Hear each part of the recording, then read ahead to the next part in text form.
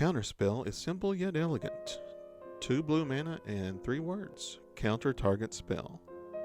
Counterspell lets your opponents know upfront that you're an ungovernable control monger and possible fun vacuum who has likely been on the receiving end of a table flip or two. The only thing that feels more rage quits than Counterspell is maybe milling or land destruction. Blue is a traditional color of counterspell effects, but if you want to enrage your opponent good and proper, there are counterspells in other colors guaranteed to make your opponent try to physically feed you your own deck. Red Elemental Blast counters a blue spell or destroys a blue permanent so that you can give blue players a taste of their own pathos. Pyroblast does the exact same thing, because why not? Red also has Tybalt's Trickery, but let's be honest, you're using Tybalt's Trickery on your own spell to do something degenerate.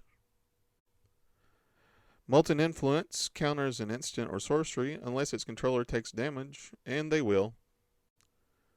Artifact Blast counters an artifact spell, but Red has artifact destruction anyway.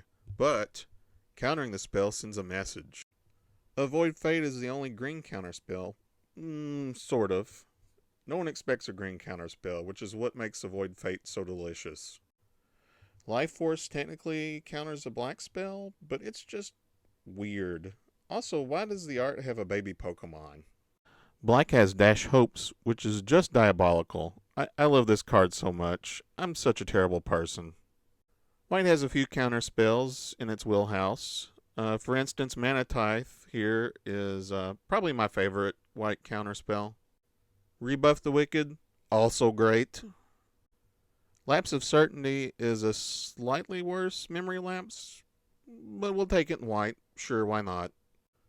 Illumination is a Swords to Plowshare kind of counter spell that counters artifacts or enchantments. It's kind of neat.